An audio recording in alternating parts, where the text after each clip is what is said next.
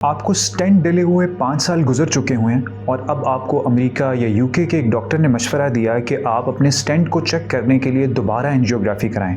ये मशवरा किस हद तक ठीक है? आपको स्टेंटिंग के बाद अपने स्टेंट को चेक करने के लिए कि क्या वो ठीक चल रहा है, दोबारा एंजियोग्राफी कितने टाइम बाद करानी होती है, ना कराएं तो आप नुकसान का शिकार हो सकते हैं। इसमें रियलिटी क्या है, हकीकत क्या है, आज मैं आपको ये बताऊंगा। मेरा नाम डॉक्टर जुनैद अरशद है। मैं एक इंटरवेंशनल कार्डियोलॉजिस्ट हूँ। रावलपिंडी इस्लामाबाद में अपनी प्रैक्टिस करता हूँ। देखिए, आजकल दिल की बीमारी बहुत ज़्यादा कॉमन है। हर एज के लोग इससे अफेक्ट हो रहे हैं। मर्द, ख़वातीन, 20s के अंदर हमारे पास पेशेंट्स स्टेंटिंग के साथ आ रहे हैं। और जब स्टेंट डलता है तो एक ये नेचुरल सवाल होता है कि ये स्टेंट दोबारा कब बंद हो जाएगा, कितना अरसा चलेगा, स्टेंट कितना अरसा चलता है। इससे मुतालिक एक मेरी डिफरेंट वीडियो भी है, मैं डिस्क्रिप्शन में लिंक दूंगा, उस पर जाके चेक कर सकते हैं। लेकिन क्या एक पेशेंट जिसको 5-7 साल गुजर चुके हैं उसको दोबारा अपने स्टेंट को चेक करने के लिए एंजियोग्राफी या सीटी एंजियो कोई टेस्ट करना चाहिए, ये देखने के लिए कि वो स्टेंट ठीक चल रहा है या नहीं? एक पेशेंट 40 साल का था, 5 साल पहले उसको स्टेंट डला, उसने सिगरेट छोड़ दिए, उसने ब्लड प्रेशर छोड़ दिए, उसने अपना वेट कंट्रोल किया, वो रोजाना 5 किलोमीटर वॉक करता है, इसको किसी किस्म की कोई तकलीफ नहीं है, अपनी सारी एक्टिविटीज बगैर किसी सिम्टम के करता है। ऐसे पेशेंट को एंजियोग्राफी क्या सीटी एंजियो की तरफ जाने की भी ज़रूरत नहीं है, ये देखने के लिए कि स्टेंट ठीक काम कर रहा है। इसका लाइफस्टाइल, अलामात का ना होना, ये खुद इस बात की दलील हैं कि स्टेंट ठीक काम कर रहा है। या अगर स्टेंट के अंदर कोई तंगी आई है, कोई दोबारा बीमारी आई है, तो वो इस नौइयत की नहीं है कि उसको एंजियोग्राफी करके चेक किया जाए या उसको दोबारा से खोला जाए। सेकंड सिनेरियो, एक पेशेंट है जिसको इसी तरह कुछ टाइम गुजर गया स्टेंट डले हुए।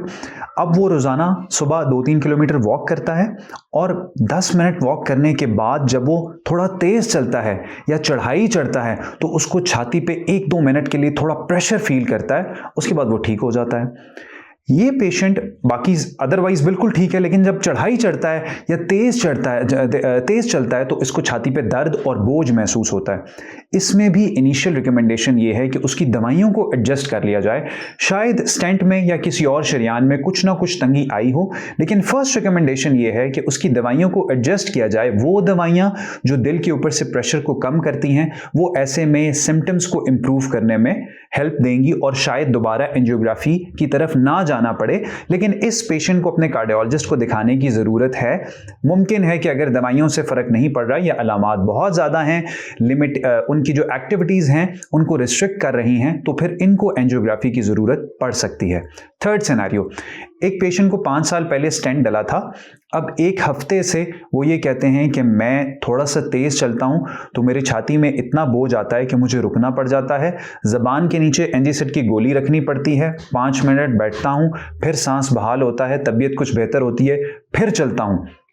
या मुझे बैठे बिठाए शदीद छाती में दर्द हुआ, जिस्म एकदम पसीने से भीग गया, घबराहट हुई, मतली हुई, थोड़ी बहुत उल्टी हो गई। इस पेशेंट को फौरन अस्पताल जाने की ज़रूरत है और ऐसे में शायद इसको अर्ली एंजियोग्राफी रिक्वायर्ड होगी, ये देखने के लिए कि क्या स्टेंट बंद तो नहीं हो गया है या किसी और शरियान में तंगी तो नहीं आ रही है। तो बॉटम मैसेज क्या है कि वो पेशेंट जिनको किसी किस्म के कोई सिम्टम्स नहीं हैं, कोई अलामात नहीं हैं, हेल्दी फिट हैं, उनको एंजियोग्राफी या सीटी एंजियोग्राफी कराने की हरगिज़ ज़रूरत नहीं है।